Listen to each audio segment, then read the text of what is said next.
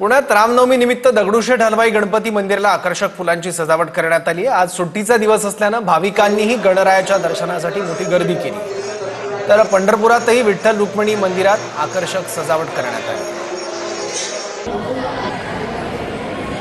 दगडूशेठ हलवाई गणपती मंदिरातली ही दृश्य आहेत। आकर्षक फुलांची सजावट करण्यात आली आहे। आज रविवार सुट्टीचा दिवस आहे, त्याचबरोबर रामनवमी सुद्धा आहे, त्यामुळे भाविकांची सकाळपासूनच दर्शनासाठी रीघ बघायला मिळते। तर दुसरीकडे पंढरपुरात विठ्ठल रुक्मिणी मंदिरात सुद्धा लाकडी खांबांना विविध रंगी फुलांची सजावट करण्यात आली आहे।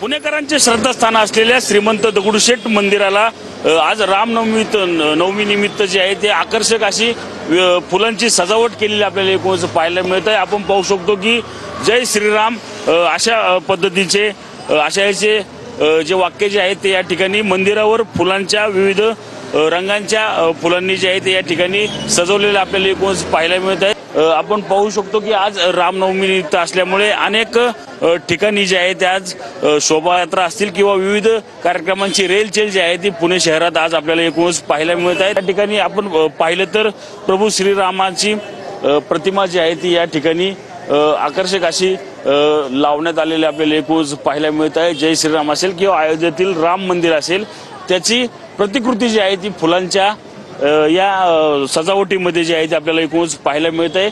Cameraman Sushant Sameer Ranjit Jadhav, TV9 Marathi, Pune.